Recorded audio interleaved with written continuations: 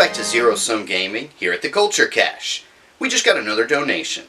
This one comes from Chris from Nashville, Tennessee. He sent us The Legend of Zelda, A Link to the Past. This is Tomix Fitzgomer's favorite game ever, if you remember that guy.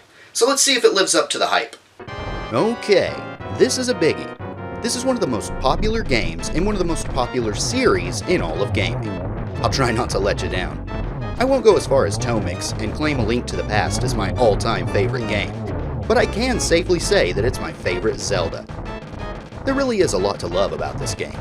A large, sprawling world, two of them actually, the graphics and sound, exciting combat, fun exploration. Let's just say that there's a reason this game is revered by so many. It's fantastic. The game sold over 4.5 million copies, and that's only the original SNES card, which, incidentally, was later re-released again in 1996. The same year the Nintendo 64 came out, to say nothing of the GBA port or Virtual Console releases. Yeah, this game is that popular and it is that good. So let's look at why, and let's start with looks. This game looks great. And keep in mind, A Link to the Past is nearly 25 years old. It's yet more evidence of well-crafted sprites aging gracefully. The world is colorful, but not quite cartoony. That'll have to wait for later Zeldas. The game employs a 3/4 overhead perspective, which allows it to add depth to every screen. Yes, you can find better-looking games, even if you only look at other SNES titles, but it doesn't take away from the fact that this is a beautiful game. But you know what's aged better than the visuals? The audio. Sound effects are always fitting, but the game truly shines when you listen to the music. A Link to the Past does reuse some music from the first Zelda, but the instrumentation and richer 16-bit stereo sound make this game's score much more memorable. But just as it received inspiration from its own predecessor, so too did it help craft later entries in the series. Just try to find games in this series today that don't use Zelda's theme, Ganon's theme, or the Kakariko Village theme. The soundtrack to this game, The Legend of Zelda Sound and Drama, is expensive to the point that I can't in good heart recommend it. It's a real shame, because this game's soundtrack really is amazing, it's just not $230 amazing. Still, the audio truly is moving. For example, this is one of my favorite scenes in the whole game, in large part because of the music.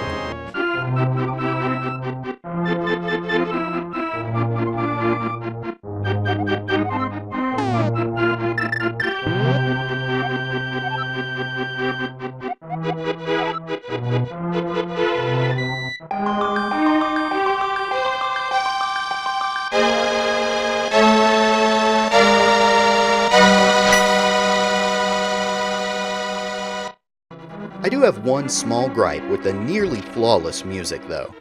There aren't all that many tracks, so while the ones that do exist are of extremely high quality, they can get a little repetitive. All the Light World dungeons use the same theme, while all the Dark World dungeons share a common theme too. It's minor, but it's still a blemish. Thankfully, the very next Zelda game, Link's Awakening, rectifies this problem by introducing unique music to each dungeon. That's actually one of the things this game does best.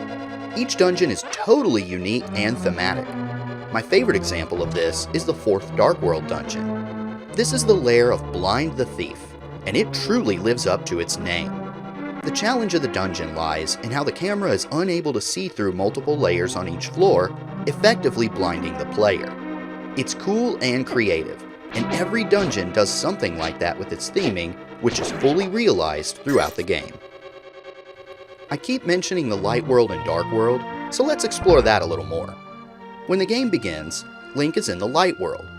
Even if the opening scene is literally a dark and stormy night, you can think of the Light World as our own world. Over the course of the game, indeed for the majority of the game, you'll be in the Dark World. This is like a recognizable but distorted version of our own world.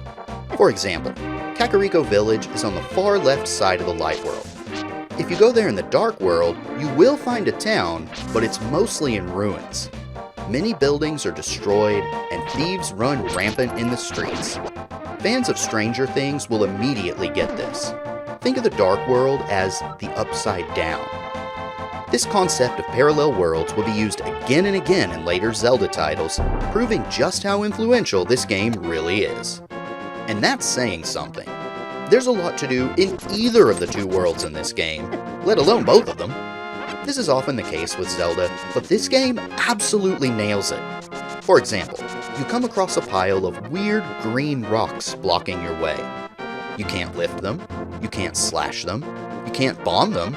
You're out of ideas, but you know this oddly specific formation must be important, so you make a mental note of it. Then, when you acquire the Pegasus boots, you dash into the rocks and presto, they're gone! What's more is that you'll usually either receive a significant reward, such as a heart piece, or you'll open up a new part of your world. This style of exploration has held true throughout the series, but the rewards haven't always kept pace. In more modern games, I'm looking at you, Twilight Princess, when you finally gain the means to investigate the peculiar objects around you, more often than not, your reward is merely more all-too-plentiful rupees. Of course, exploration is only part of what makes the Zelda series so much fun. The other major aspect that keeps us playing these games as the series enters its 4th decade is combat. And A Link to the Past makes slaying your foes an absolute blast. Sometimes literally.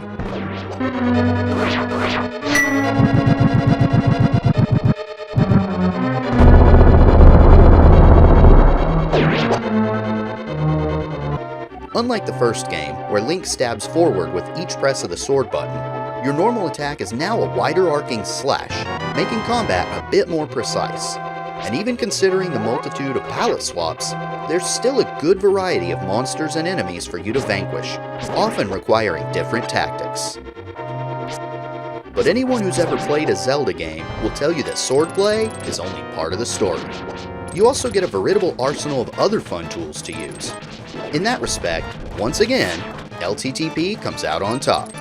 You get some returning favorites, such as the bow, boomerang, and bombs, but you also get a bunch of new fun stuff like the magic cape.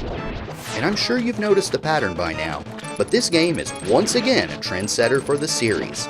Many items that are now mainstays got their starts in this game, including the hookshot, magic powder, and bottles. Having said that, the item selection in this game, while it is the best in the series, still isn't perfect. There are a few redundant items, as well as situational to the point of being nearly useless ones, like the Book of Medora. My next criticism may seem a bit unfair and anachronistic, but it can't go unsaid. The first two Zelda games were on the NES, which meant that there were few buttons to assign your actions to. This game is on the SNES, with 4 additional buttons. For the most part, they're used well, but still could have been better. You have a dedicated sword button, which makes sense, and a button for your equipped item, like in the first game. So far so good. Multiple actions share the A button, which is still okay, but some strange choices mar the rest.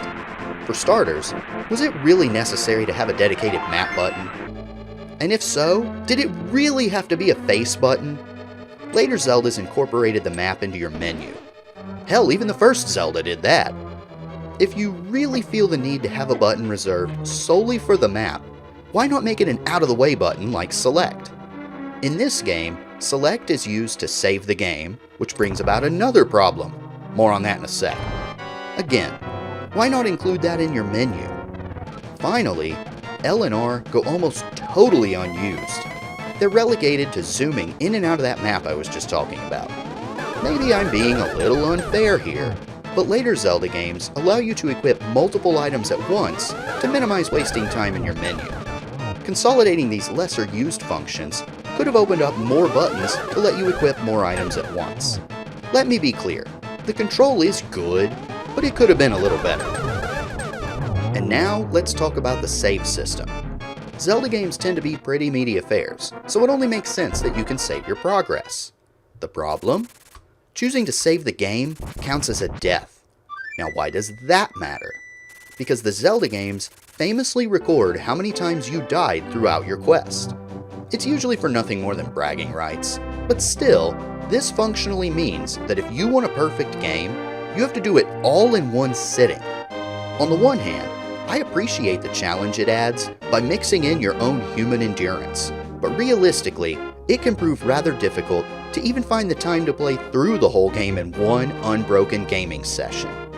This game came out when I was in elementary school. How I wish I still had the free time I did then, now. But truthfully, juggling a job and family life makes it hard enough to block off the better part of a waking day for a video game, let alone if you're recording it to produce articles and videos like these. If you were wondering why this video was delayed, there's your answer. Thankfully, later Zeldas no longer penalize players for using the save feature. But please don't misunderstand me. While these critiques I just mentioned are valid and I stand by them, I want you to know that they come from a place of love. This really is a fantastic game. In many ways, both the good and bad of this game are a result of its interesting development cycle. This is the third Zelda, following 2 successful entries on the NES. People are often surprised to find out that this game began its development as an NES game as well. But think about it. It makes perfect sense once you know that. A Link to the Past truly feels like a perfection of the first Zelda. And that really is, in many ways, what they were setting out to do with it. It's why the perspective, gameplay, controls, and many other aspects of this game feel so familiar. The first year's worth of work on this game was done with the NES in mind, so when Nintendo decided to make the jump to SNES for this game, those recognizable elements remained.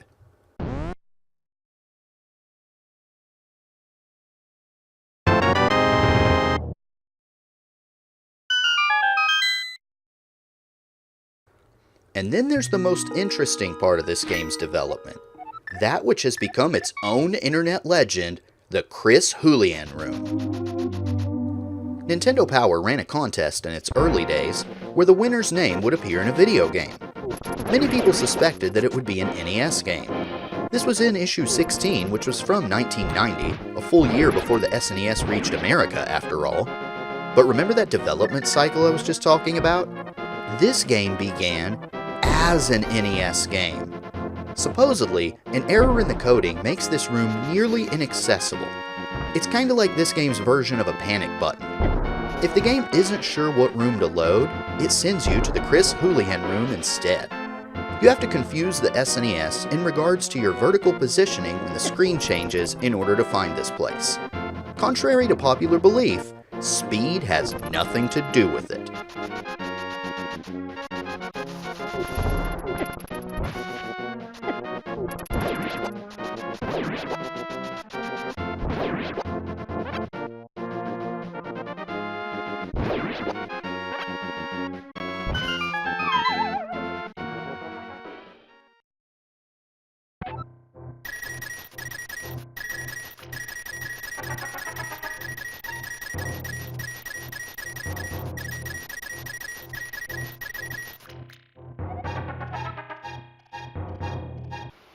Is The Legend of Zelda: A Link to the Past worth it?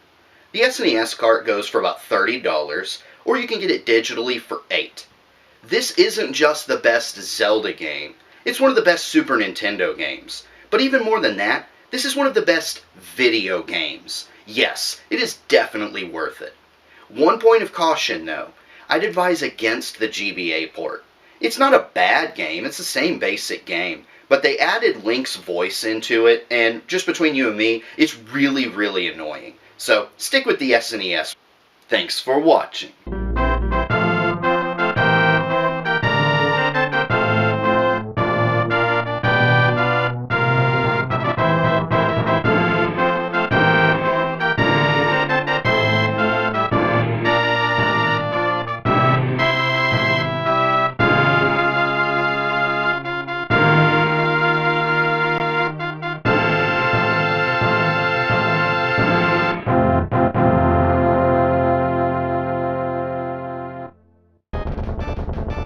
If you ever injure yourself on sharp objects because this game made it look safe to do so, well, let's just say Darwin had a theory about that.